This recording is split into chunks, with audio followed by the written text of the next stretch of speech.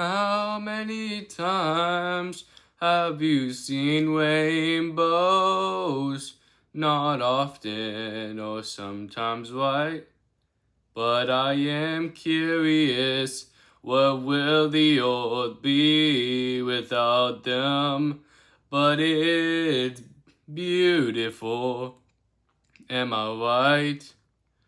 Sometimes you probably know or don't know how they are made. The rainbows from the beautiful blue sky. Tell me, where did you come from? How are you made? And what are you made of? Rainbows. Where does your beauty come from? Well, I know, but Christian or not, out there is a story how rainbows are made. But the reason why rainbows are created is because it says here in the Bible, everyone was being toxic with each other. But there was a man named Noah who believed in God, and God told him to build an ark because the earth was flooding. But after that, between 364 and 371 days, they found land. As soon as they touched the ground, God created the rainbows as a promise to never ever flood the earth ever again.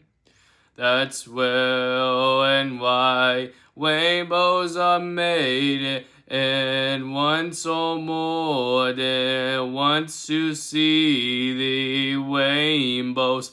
That's God reminding you about that time that the earth would not flood ever again.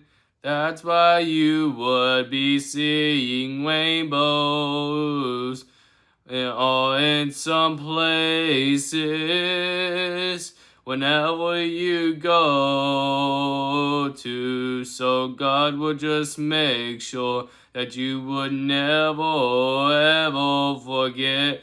Oh, that's my culture and where rainbows came from.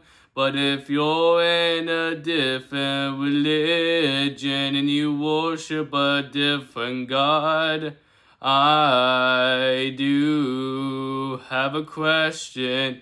In your culture, what story told you that did rainbows come from? And what's the God's name for you? How long ago have you been hearing?